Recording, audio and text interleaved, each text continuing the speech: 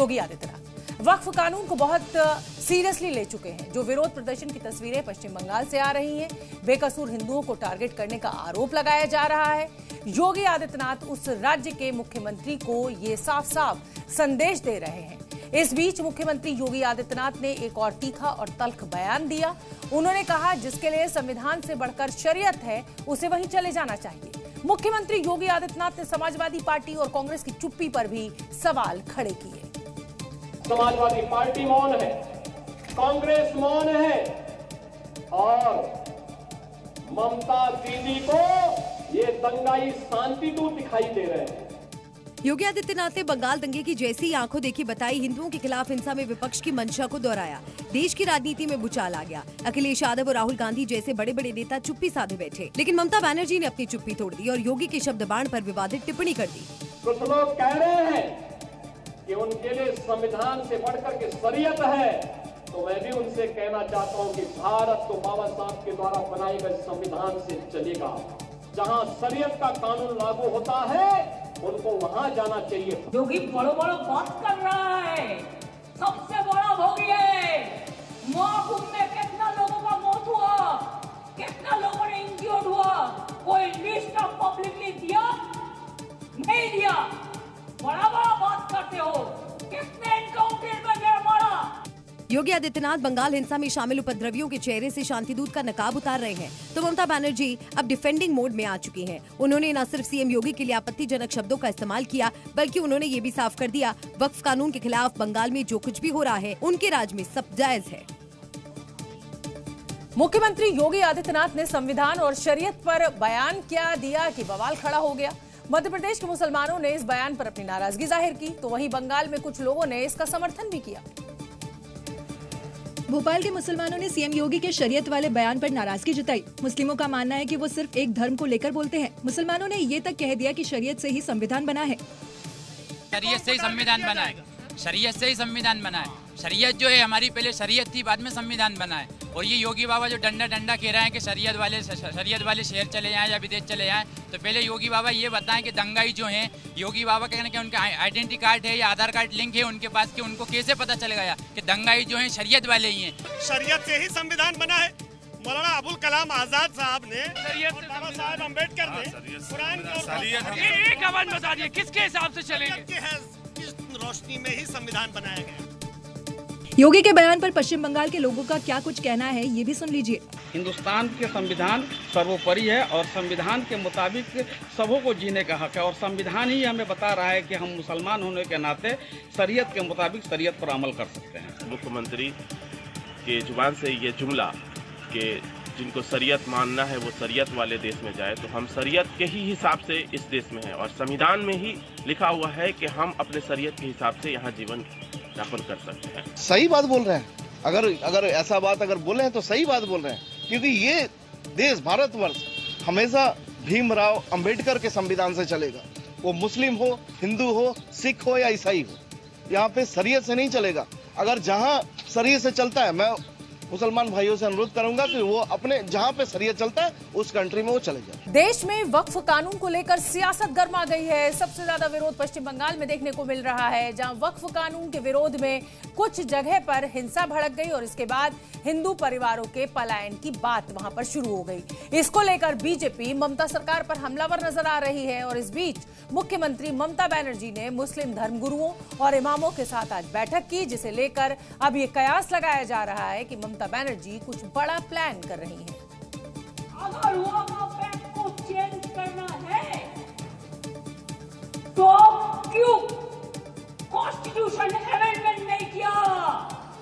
बैठक मौलाना मौलवियों के साथ हो रही थी और नाराजगी वक्फ कानून पर, लेकिन सुलगते बंगाल पर बिना कुछ कहे ममता बनर्जी ने अपने सधे एजेंडे के तहत मुस्लिम वोट बैंक को साधने के लिए एकजुटता का मैसेज दे दिया। हमको एक साथ में रहना है। बंगाल में जो शांति रहेगा तो हम लोग सब अच्छा रहेगा। और बंगाल में बीजेपी पोलराइजेशन करने चाहता है, जैसे हमारा गवर्नमेंट चला जाए। ममता बनर्जी यहीं नहीं रुकी, उन्होंने मुस्लिम समुदाय के लोगों से क्लियर कर दिया, जब तक बंगाल में टीएमसी की सरकार है उन्हें कोई हाथ तक नहीं लगा सकता। वो आने से आपको तो खाना भी बंद कर देगा। दिल्ली में देखा, বাঙালি এলাকায় মাছ ভাত বন্ধ। ममता मुस्लिमों को साधने के लिए बैठक कर रही थी तो बीजेपी वक्फ के नाम पर सुलगते बंगाल की तस्वीर दिखा रही थी और हिंदुओं एक हो जाओ के नारे लगा रही थी। पूरा रेस्पॉन्सिबिलिटी एक खून के लिए ममता बनर्जी है। She should go to jail. Suvendu Adhikari कह रहे हैं कि हिंदुओं को एक हो जाना चाहिए। इसका मतलब शुभेंदु अधिकारी ने ये मान लिया है कि हिंदू बटा हुआ है। खैर, अगली खबर का रुख करेंगे। वक्फ संशोधन बिल के विरोध में पश्चिम बंगाल में जमकर हिंसा भड़की।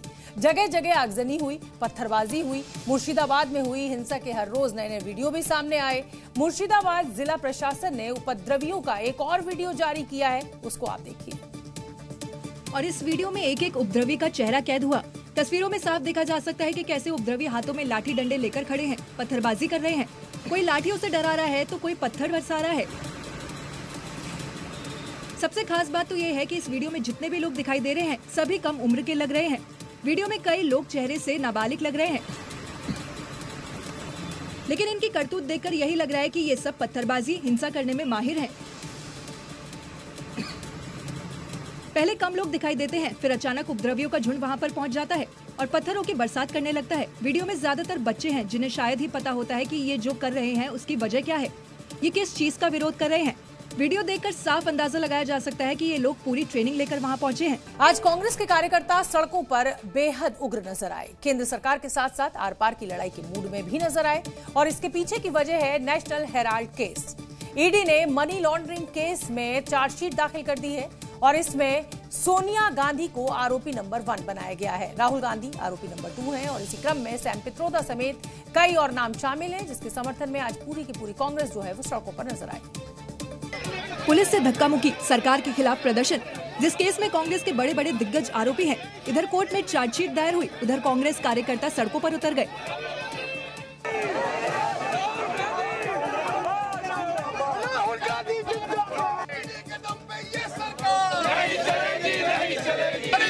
ये सब इसलिए हो रहा है क्योंकि नेशनल हेराल्ड की फाइल खुलने के बाद सोनिया गांधी और राहुल गांधी जैसे बड़े बड़े नेताओं को आरोपी बनाया गया है।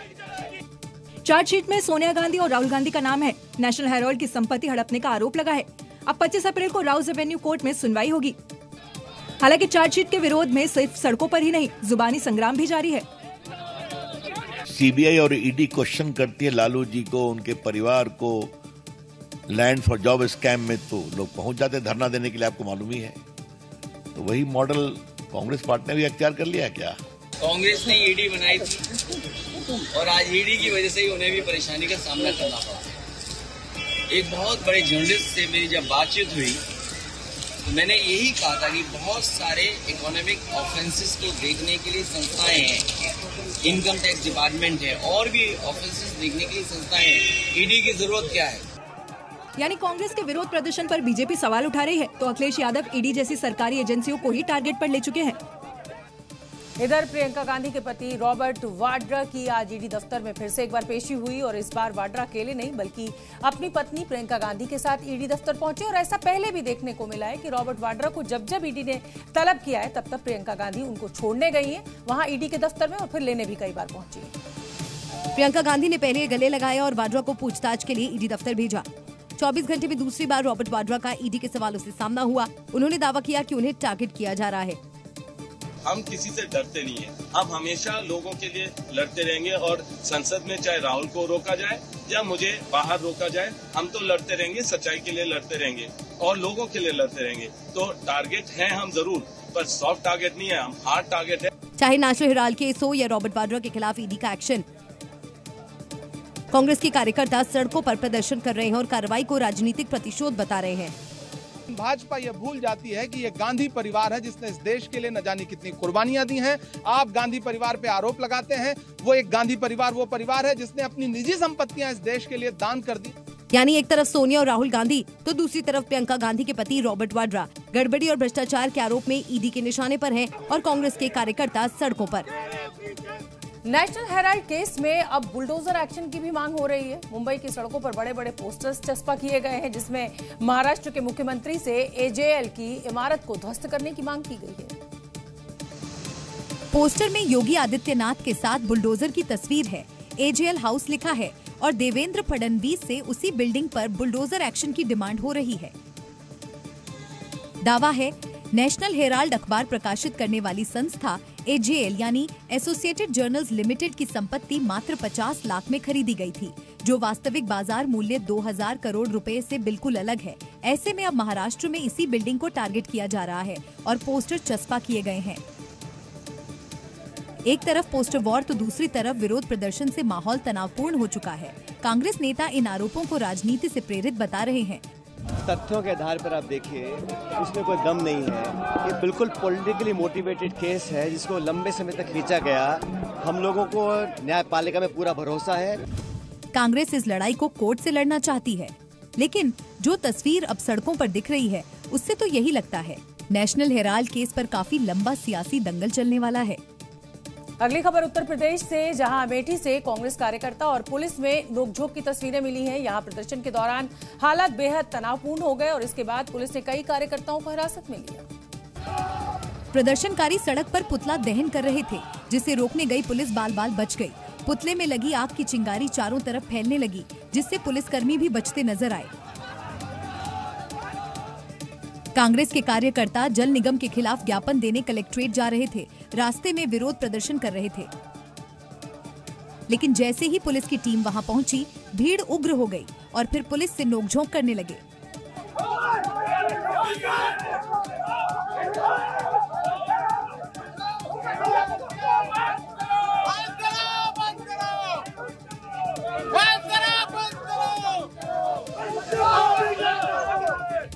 हंगामा काफी देर तक चलता रहा। इस दौरान कई प्रदर्शनकारियों को हिरासत में लिया गया, लेकिन बवाल शांत नहीं हुआ। घटना अमेठी के कांग्रेस दफ्तर के पास की है, जिसके बाद पुलिस ने प्रदर्शनकारियों को खदेड़ दिया और उग्र प्रदर्शन की इजाजत नहीं दी। बीजेपी के राष्ट्रीय अध्यक्ष जेपी नड्डा केंद्रीय मंत्री बनने के बाद से ही भारतीय जनता पार्टी के नए अध्यक्ष की तलाश लगातार जारी है। अब हमें सूत्रों से जो खबर मिल रही है उसके मुताबिक बीजेपी राष्ट्रीय अध्यक्ष के चुनाव में अभी और देरी हो सकती है। बीजेपी के नए अध्यक्ष का चुनाव इस साल जनवरी में होना था, लेकिन अब संभावना जताई जा रही है कि बीजेपी अध्यक्ष का चुनाव अगले महीने तक के लिए टल सकता है। सूत्रों के मुताबिक बीजेपी को पहले गुजरात और यूपी के प्रदेश अध्यक्षों का चुनाव करना है, जिसकी वजह से राष्ट्रीय अध्यक्ष के चुनाव में देरी हो रही है। बीजेपी को राष्ट्रीय अध्यक्ष के लिए युवा, अनुभवी और संगठन को मजबूत करने वाले नेता की तलाश है। पार्टी का नए अध्यक्ष के लिए कास्ट फैक्टर की जगह व्यक्तित्व पर फोकस है। नए अध्यक्ष के चुनाव के बाद बीजेपी संगठन में बड़े बदलाव हो सकते हैं। बताया जा रहा है कि बीजेपी के राष्ट्रीय संगठन में 50% तक बदलाव हो सकते हैं। कहा तो यहाँ तक जा रहा है कि बीजेपी का नया अध्यक्ष बनने के बाद आधे से ज्यादा राष्ट्रीय महासचिवों की छुट्टी हो सकती है और नए अध्यक्ष की टीम में कई युवा नेताओं की बतौर महासचिव एंट्री होगी।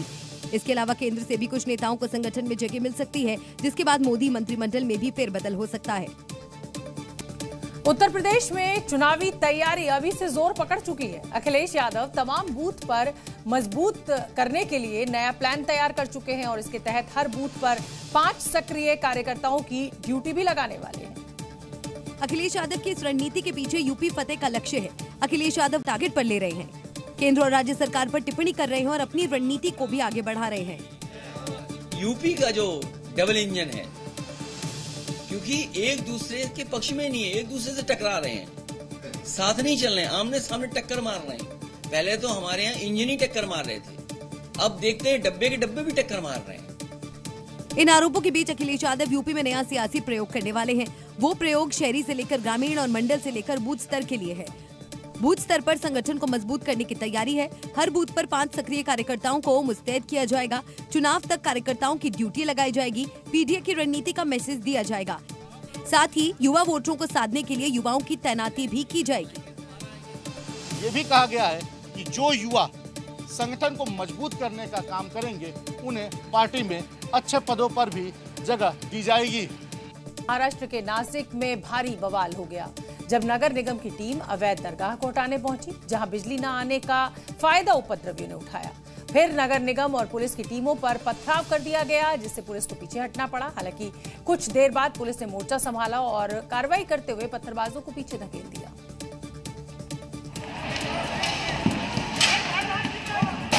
पुलिस के सामने उपद्रवी कैसे पत्थरबाजी कर रहे हैं, देखिए।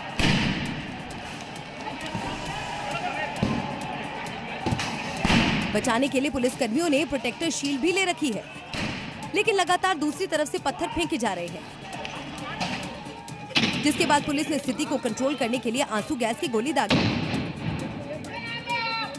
तस्वीरों में आप देख सकते हैं कि उपद्रवियों के बवाल के बीच पुलिस को सड़कों पर किस तरह से कार्रवाई करनी पड़ी। आखिरकार मौके पर फोर्स के साथ अधिकारी पहुंचे और फिर आरोपियों को तितर-बितर किया। हाईकोर्ट के आदेश के बाद नगर निगम की टीम ने अवैध दरगाह हटाने के लिए नोटिस जारी किया था और जब नगर निगम की टीम इसे हटाने पहुंची, इसी बीच काठे गली इलाके में उपद्रवियों ने पुलिस पर पथराव कर दिया और कई गाड़ियों को भी तोड़ डाला।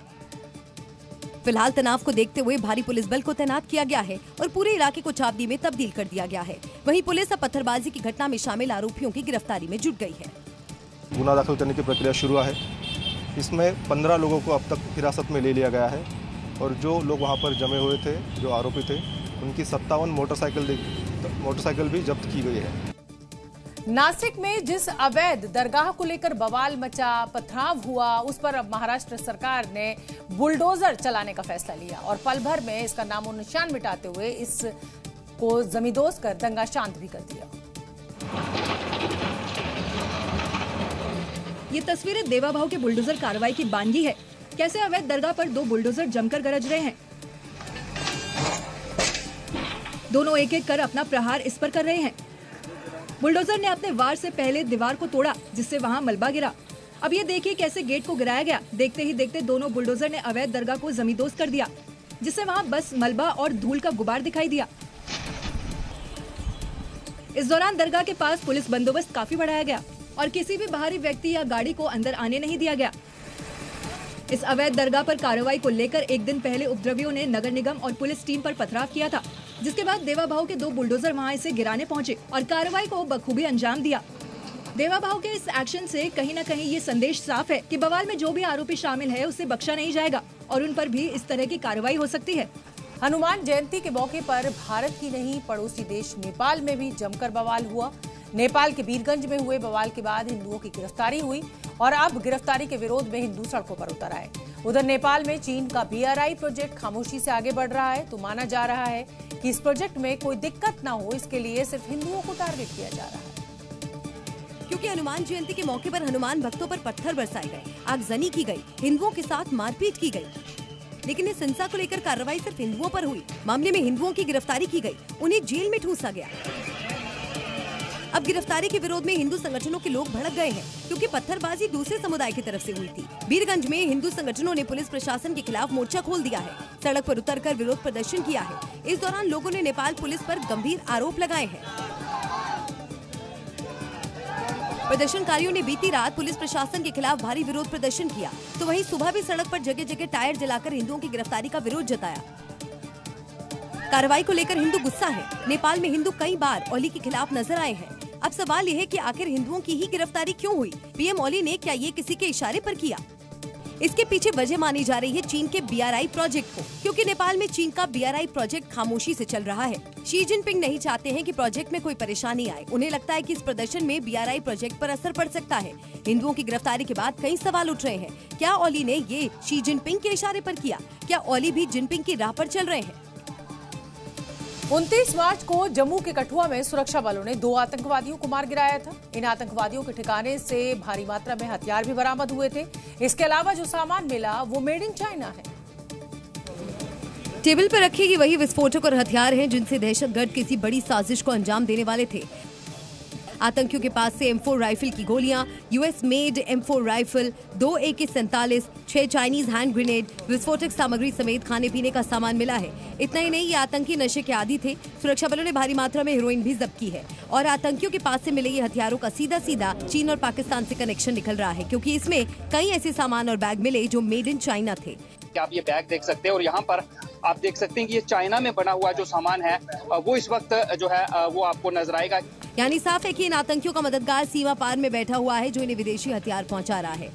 ये M4 जो गन है उसके जो राउंड्स हैं आप देख सकते हैं, जो कि US मेड गन है, उसके ये राउंड्स जो हैं पाकिस्तान और चाइना है जो वो मिलकर भारत के खिलाफ जो है वो षड्यंत्र रच रहे हैं और आतंकवाद जो है उसे बढ़ावा यहाँ पर दे रहे हैं। इतनी भारी मात्रा में सामान मिलना यानी जाहिर है ये आतंकी किसी बड़े हमले की साजिश रच रहे थे और लंबे वक्त के लिए यहाँ पर ठिकाना बनाए हुए थे। ये जो है यहाँ बहुत गलत इरादों से और बड़े लंबे समय की तैयारी करके आए थे। 29 मार्च को सुरक्षा बलों ने 2 आतंकियों को मार गिराया था। उन्हीं के पास से सामान बरामद हुआ, जबकि आतंकियों के साथी भाग गए थे, जिन्हें मार गिराने के लिए सेना का ऑपरेशन जारी है। देखिए हमारा कंटिन्यूअस ऑपरेशन चल रहा है, ये मल्टी फोर्स और मल्टी डिस्ट्रिक्ट ऑपरेशन है और हम लोगों का यही इसमें जो है ऑब्जेक्टिव है कि इनको यहाँ से आगे नहीं जाने देना है और यहीं पे हम लोग इनको घेरेंगे और यहीं पे घेर के इनको न्यूट्रलाइज करेंगे। दिल्ली के जंगपुरा इलाके में मद्रासी कैंप की झुग्गियों को हटाने का आदेश आ चुका है। डीडीए के नोटिस में ये कहा गया है कि इस कैंप को नरेला शिफ्ट किया जाएगा। इसके बाद यहाँ पर स्थानीय लोग परेशान नजर आ रहे हैं। दिल्ली का ये वही इलाका है जिसे नरेला में बसाने की तैयारी हो रही है। आदेश घर खाली करने का है, जिसके बाद से ही लोग खौफ में हैं। मद्रासी कैंप के लोगों ने बताया 10 दिन पहले डीडीए की तरफ से झुग्गी खाली करने का आदेश आया। शिफ्ट करने की बात कही गई, लेकिन इतने कम समय में घर खाली कर पाना नामुमकिन है, क्योंकि अब उनके पास कुछ घंटों का ही वक्त बचा है। कल के टाइम दिया हमको लास्ट टाइम। कल तो खाली करो, नहीं सब गाड़ी घुसाएंगे अंदर, सब कुछ तोड़ के जाएंगे हम। गरीब लोग कहाँ जाएंगे? सब कुछ ही दे रही है हमारा नरेला बोल रहा है रहने के लिए, नरेला नहीं दे रहा है और आगे मतलब कहीं जंगल में लेकर छोड़ रहा है। हम जाके मकान देख के आए। लोग इसीलिए भी परेशान हैं, क्योंकि कुछ के बच्चे आसपास के स्कूल में पढ़ते हैं तो कुछ लोग आसपास के इलाकों में ही मजदूरी करते हैं। ऐसे में बस्ती खाली करने से उनके लिए रोजी रोटी का संकट पैदा हो जाएगा। इसी को लेकर मद्रासी कैंप के लोग इस फैसले के विरोध में हैं। राजधानी दिल्ली में इन दिनों निजी स्कूलों की मनमानी का मुद्दा काफी गर्म है और यहां अभिभावकों से फीस बढ़ोतरी को लेकर निजी स्कूलों के खिलाफ मोर्चा खोल दिया गया है और जमकर प्रदर्शन भी करते हुए ये अभिभावक नजर आए। और दिल्ली के प्राइवेट स्कूलों में फीस बढ़ाने के मामले को लेकर भारी संख्या में छात्रों के अभिभावक डायरेक्टरेट ऑफ एजुकेशन के दफ्तर के बाहर जमा हो गए और बैनर पोस्टर के साथ नारेबाजी करते हुए अपना फीस बढ़ाने का विरोध दर्ज कराते नजर आए। अभिभावकों का आरोप है कि राजधानी के private school directorate of education के रेगुलेशन के हिसाब से स्कूल नहीं चल रहे और मनमाने तरीके से हर साल फीस बढ़ा देते हैं, जिसका असर सीधा अभिभावकों के बजट पर पड़ता है। 18 अप्रैल 2024 को 30% बढ़ाई गई। अभी 1 अप्रैल 2025 को दोबारा से 15% बढ़ा दी गई। बेसिकली पहले बढ़ाई गई थी 30%, फिर कम करके 15% कर दी गई, लेकिन टोटल मैम अगर आप देखेंगे तो 45% फीस हाइक हो चुकी है। वहीं निजी स्कूलों के मनमानी फीस बढ़ाने को लेकर मुख्यमंत्री रेखा गुप्ता ने भी सख्त रुख अपनाया है और सीएम रेखा गुप्ता ने अभिभावकों की शिकायत पर कार्रवाई करते हुए एक निजी स्कूल का रजिस्ट्रेशन कैंसिल कर दिया है। Queen Mary School Model Town, आप इनको आज वहाँ बुलाइए सचिवालय और इनको कह दीजिए कि हम इनका जो रजिस्ट्रेशन है ना वो कैंसिल करने जा रहे हैं। सीएम रेखा गुप्ता ने शिकायत मिलने वाले निजी स्कूलों को नोटिस भेजा है और साफ साफ निर्देश दिए हैं कि अभिभावकों या बच्चों को परेशान करने और नियमों का पालन न करने वाले निजी स्कूलों से सरकार सख्ती से निपटेगी। उत्तर प्रदेश के सोनभद्र में सामुदायिक स्वास्थ्य केंद्र पहुंचे यूपी के राज्य मंत्री संजीव गोंड का पारा अचानक हाई हो गया। उन्होंने सीएमएस डॉक्टर को सबके सामने ही फटकार लगा दी और डॉक्टर को अपने विधानसभा क्षेत्र से हटाने का निर्देश भी दे दिया। दरअसल यूपी सरकार के राज्य मंत्री संजीव गोंड डिबुलगंज के सामुदायिक स्वास्थ्य केंद्र में सौर ऊर्जा संयंत्र का उद्घाटन करने पहुंचे थे। इस दौरान बीजेपी कार्यकर्ताओं ने फूलमाला से उनका जोरदार स्वागत किया, लेकिन अस्पताल प्रशासन ने ना तो उन्हें प्रोटोकॉल के तहत सम्मान दिया और ना ही सीएमएस डॉक्टर ने उनका स्वागत किया। बस फिर क्या था, मंत्री जी का पारा चढ़ गया और उन्होंने सीएमएस को सबके सामने फटकार लगाना शुरू कर दिया और सीएमओ से फोन पर बात कर डॉक्टर के व्यवहार की शिकायत कर दी। इनको बिहेवियर ठीक नहीं है, जो कि मैं आया हूँ हॉस्पिटल में, इनको कैसे मिलाया जाता है कि किस तरह से ले गया था सर आपसे, इनकी बिहेवियर ठीक नहीं है, जो ना कि इसको कतई ऐसे लोग को जो है कि बाहर भेजे कहीं।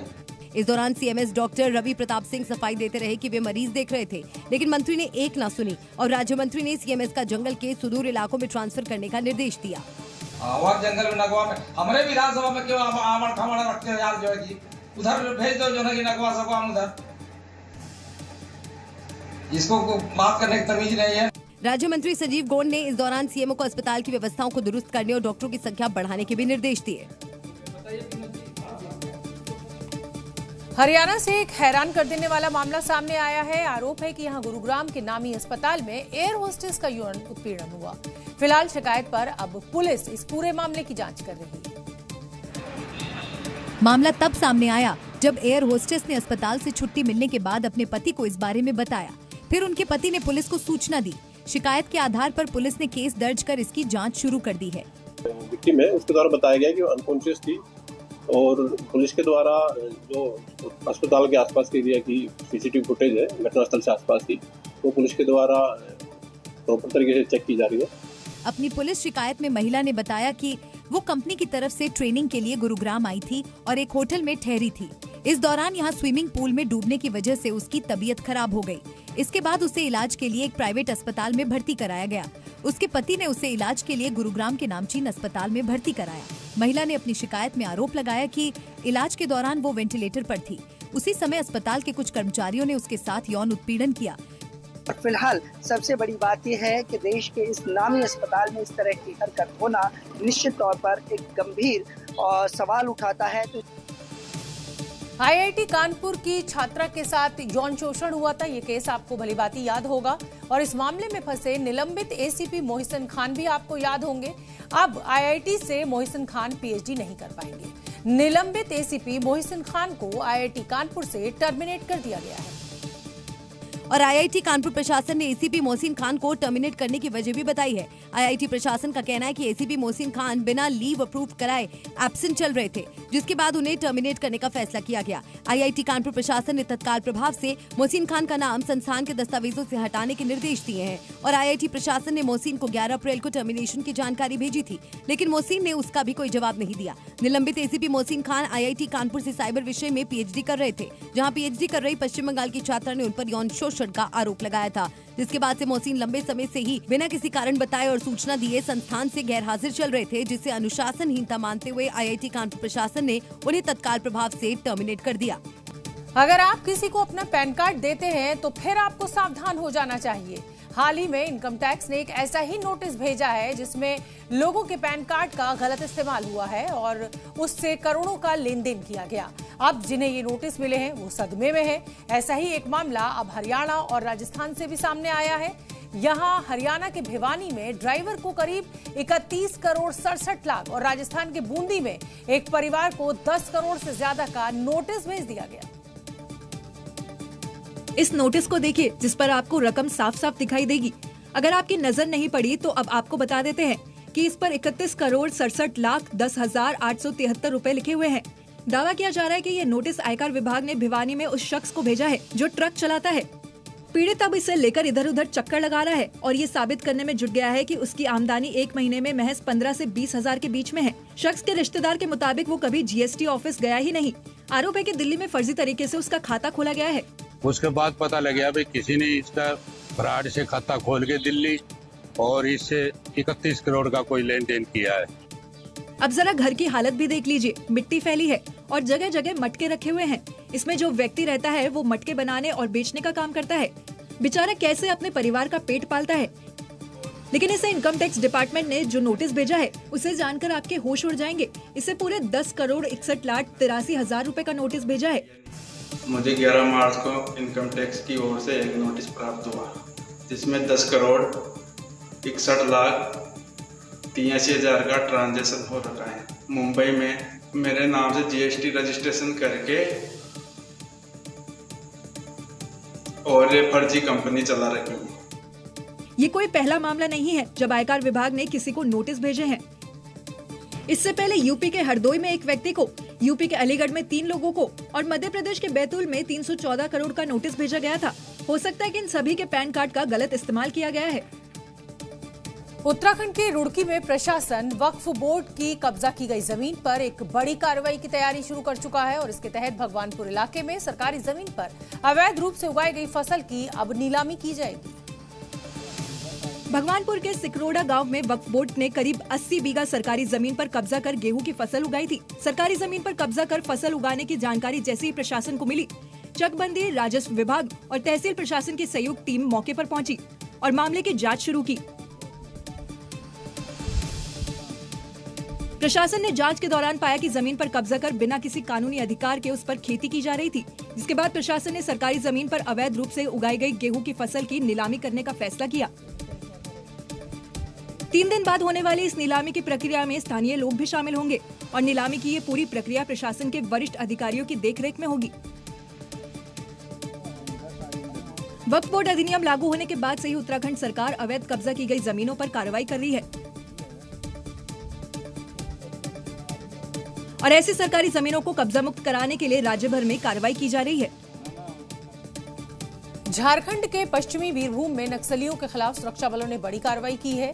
यहाँ जंगलों में सुरक्षा बलों को नक्सलियों के ठिकाने मिले हैं और अब इन ठिकानों को इन सुरक्षा बलों ने ध्वस्त कर दिया है। नक्सलियों ने यहाँ सारंडा कोल्हान के जंगल को अपना ठिकाना बनाया था। इन्हीं गुफाओं में नक्सली रहते थे। जी न्यूज आपको गुफा के अंदर की एक्सक्लूसिव तस्वीरें दिखा रहा है। गुफा की लंबाई देखिए, गुफा की चौड़ाई देखिए। इन नक्सलियों ने छिपने के लिए पूरा इंतजाम किया था। इसके अलावा नक्सली कमांडर्स के ठहरने की भी व्यवस्था की गई थी, यानी गुफा के अंदर रहने का पूरा इंतजाम सेट था। जब जवान इन गुफाओं के अंदर दाखिल हुए तो कई विस्फोटक सामग्री मिली। गुफा के अंदर से 7 आईईडी बम बरामद हुए, जिनमें एक आईईडी 15 किलो का था। इसके अलावा 10 किलो 2 आईईडी मिले, 5 किलो के 2 आईईडी बरामद हुए। साथ ही प्रिंटर और 2 बैटरी, कारतूस, एक लेथ मशीन, 18 पाइप, 15 मीटर की वायर नक्सली गुफा से बरामद हुई। ये जो विस्फोटक मिला है, नक्सलियों ने जवानों को नुकसान पहुंचाने के लिए जमीन पर प्लांट किए थे। जवानों ने बम निरोधक दस्ते की सहायता से इन्हें मौके पर ही नष्ट किया। जवानों ने इलाके में नक्सलियों के कुल 11 बंकर को ध्वस्त किया। इलाके में जवानों का सर्च ऑपरेशन अभी भी जारी है। सुरक्षा बलों के मुताबिक इलाके में नक्सली विरोधी अभियान आगे भी जारी रहेगा। अब आपको जम्मू कश्मीर में ड्रग्स स्पॉट पर बुलडोजर एक्शन की कुछ तस्वीरें हम दिखाते हैं। यहाँ कुख्यात नशा तस्कर लहू गुज्जर का घर मिट्टी में मिला दिया गया। जम्मू में नशा तस्कर के खिलाफ ये अब तक की सबसे बड़ी कार्रवाई है। बुलडोजर एक्शन के वक्त भारी संख्या में पुलिस की मुस्तैदी रही और देखते ही देखते ड्रग्स डीलर के आशियाने को जमींदोज कर दिया गया। ये कार्रवाई जम्मू के बिश्नाह जिले के विश्वनाथ इलाके में हुई है। पुलिस के मुताबिक लहू गुज्जर का घर नशे का अड्डा बन चुका था, जिसकी जानकारी मिलने के बाद भारी पुलिस फोर्स की मौजूदगी में बुलडोजर कार्रवाई हुई। लहू गुज्जर पर आरोप है कि वो चिट्टे की तस्करी में संलिप्त था। बॉर्डर पर भी सक्रिय ड्रग्स डीलर से उसके कनेक्शन खंगाले जा रहे हैं। लेकिन इस बीच जो कार्रवाई उसके ठिकाने पर हुई है, वो पूरे जम्मू में ड्रग्स डीलर को मैसेज देने के लिए काफी है। फिलहाल लहू गुज्जर फरार है, जिसकी तलाश के लिए चप्पे चप्पे में मुस्तैदी बढ़ा दी गई है। जम्मू पुलिस का कहना है कि नशे के कारोबार में शामिल किसी भी व्यक्ति को बख्शा नहीं जाएगा। उत्तर प्रदेश के मेरठ में पुलिस को एक बड़ी सफलता मिली है। यहाँ पुलिस ने छापा मारा और यहाँ पर नकली बैंड बाजा बनाने का खुलासा किया गया, जिसे आरोपी मशहूर कंपनी के नाम से बना रहे थे। भले ही देखने में ये सब आपको बिल्कुल ओरिजिनल लगे, लेकिन ये भी डुप्लीकेट है। पुलिस ने जब फैक्ट्री में छापा मारा तो वो दंग रह गई, क्योंकि यहाँ डुप्लीकेट यूफोनियम, ट्रम्पेट और क्लारनेट बरामद हुए। पुलिस ने ये डुप्लीकेट माल फैक्ट्री और गोदाम में छापा मारकर पकड़ा है। जानकारी के मुताबिक जलीकोठी इलाके में 1925 में कंपनी रजिस्टर की गई थी, जिसके यूफोनियम, ट्रम्पेट और क्लारनेट की देश विदेश में बहुत डिमांड है, जिसकी वजह से कंपनी के माल की वेटिंग भी चलती है। इसी का फायदा उठाकर शातिर आरोपी ने इसी नाम के शब्द आगे पीछे कर एक कंपनी रजिस्टर की और इसकी आड़ में डुप्लीकेट माल तैयार करके बाजार में बेचने लगे, जिससे उन्होंने करोड़ों रुपए कमाए। शिकायत पर जब पुलिस ने यहाँ छापा मारा तो पूरे मामले का खुलासा हुआ। इनके ट्रेडमार्क का यूज करके कोई नकली म्यूजिक इंस्ट्रूमेंट बना रहा है। इस सूचना पर दिल्ली गेट की फोर्स के साथ यहाँ पे दबिश दी गई तो कुछ भारी मात्रा में म्यूजिक इंस्ट्रूमेंट बरामद हुए हैं। मध्य प्रदेश का राजगढ़, जहां पर पुलिस ने चोरों की शादी में ही मेहमान बनकर पहुंच गई और 7 फेरे पूरे होते ही 3 दूल्हों को मंडप से उठा भी लिया। ये लोग दूसरों की शादी में डकैती करते थे, लेकिन इस बार पुलिस ने ही इन चोरों की बारात निकाल दी। शादी का मंडप और कुर्सियों में बैठे ये पुलिसकर्मी उन्हीं चोरों को पकड़ने पहुंची है, जो हाई प्रोफाइल शादियों में डकैती करते हैं। चोरी के आरोपी दूल्हों की शादी में ही पुलिस मेहमान बनकर पहुंच गई। ठीक 7वें फेरे के बाद पुलिस फूफा जी की तरह नाराज हो गई और दूल्हे राजा से कहा कि अब 8वां फेरा जेल में होगा। पुलिस ने 3 वारंटी दूल्हों को गिरफ्तार किया। ये आरोपी दूसरों की शादी में चोरियां करते थे। दूल्हों के वारंटी रिश्तेदारों को भी उठा लिया। पुलिस को 150 से ज्यादा लोगों की तलाश है। इन लोगों के 97 वारंट हमारे यहाँ पेंडिंग है, स्थायी वारंट, और कम से कम 146 ऐसे व्यक्ति हैं जिनकी हमें अभी तलाश है। वारंटों के अलावा विभिन्न मामले जो पुलिस के विवेचना में पेंडिंग है। हाई प्रोफाइल शादी में लूट चोरी करना इन आरोपियों का मुख्य पेशा है। ये गांव अपराधियों के नाम से फेमस है। राजगढ़ के कड़िया, गुलखेड़ी, हलखेड़ी गांव को अपराधियों की नर्सरी कहा जाता है। अपराधियों की तलाश में आए दिन दूसरे राज्यों की पुलिस यहां आती है। जानकारी के मुताबिक यहां चोरी के लिए बच्चों, महिलाओं को खास ट्रेनिंग दी जाती है। शादी समारोह में गहने चुराने की ट्रेनिंग दी जाती है और फिर ट्रेनिंग के बाद यहाँ के आरोपी दूसरे राज्यों में जाकर चोरी करते हैं। फिलहाल पुलिस की इस कार्रवाई से अपराधियों में खौफ का माहौल है। जरा सी चूक जान पर किस कदर भारी पड़ सकती है, इसकी एक तस्वीर हमें उत्तराखंड के उत्तरकाशी जिले से मिली है। यहाँ रील्स बनाने के दौरान एक महिला का पैर फिसल गया और वो भागीरथी नदी में अपनी बच्ची के सामने ही बह गई। रील्स, लाइक्स और व्यूज के लिए जिंदगी से खिलवाड़ कितना महंगा पड़ सकता है। उत्तरकाशी से सामने आई ये तस्वीरें इसकी गवाही दे रही हैं। सोशल मीडिया पर वायरल हो रहे इस वीडियो में एक महिला नदी के तेज बहाव में बहती हुई दिखाई दी। नेपाल मूल की ये महिला बैसाखी के पर्व पर भागीरथी नदी के मणिकर्णिका घाट पर नहाने के लिए गई थी। इस दौरान रील्स बनाने के शौक ने उसकी जान आफत में डाल दी। हादसे का जो वीडियो सामने आया उससे दिखाई दिया कि महिला नहाने के लिए नदी में उतरती है और रील बनवाने के लिए नदी के अंदर गहराई की ओर जाने लगती है। महिला कुछ कदम और आगे बढ़ाती है और तभी उसका पैर फिसल जाता है। महिला नदी के तेज बहाव से लड़ने की पूरी कोशिश करती है, हाथ पांव मारती है, लेकिन भागीरथी का तेज बहाव उसे अपने साथ बहा ले जाता है। हादसे की जानकारी मिलने पर रेस्क्यू विभाग की टीम मौके पर पहुंची और भागीरथी नदी में महिला को तलाश कर रही है।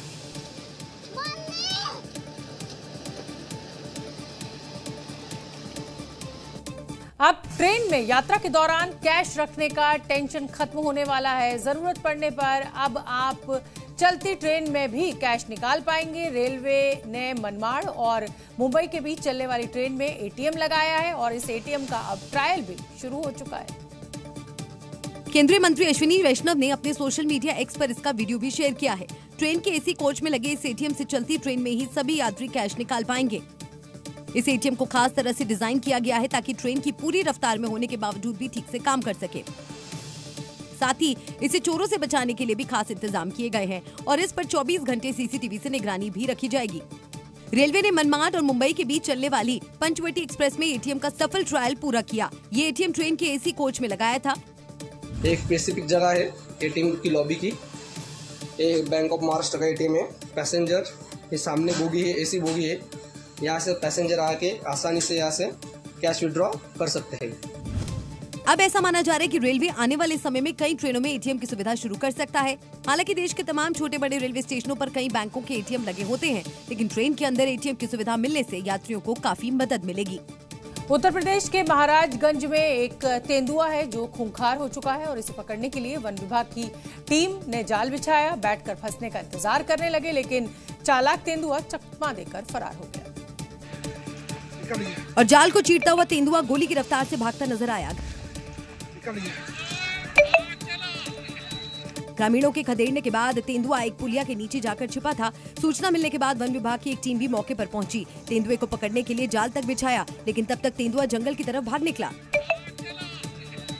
तेंदुए की वजह से गांव में दहशत का माहौल है। पालतू जानवरों को निशाना बनाने के लिए तेंदुआ जंगल में ग्रामीण इलाके में दाखिल हो जाता है, लेकिन दिन के उजाले में पहली बार तेंदुए को देखकर ग्रामीण शोर मचाने लगे। लाख कोशिशों के बावजूद तेंदुआ जाल से फांदकर फरार हो गया। रेंजर ने बताया, तेंदुए के निकलने की जानकारी मिलने के बाद से लगातार निगरानी की जा रही है। तेंदुआ मिश्रौलिया सिवान से भागकर गुलरभार की तरफ गया है। जंगल से सटे गांव के लोगों को सतर्क किया गया है।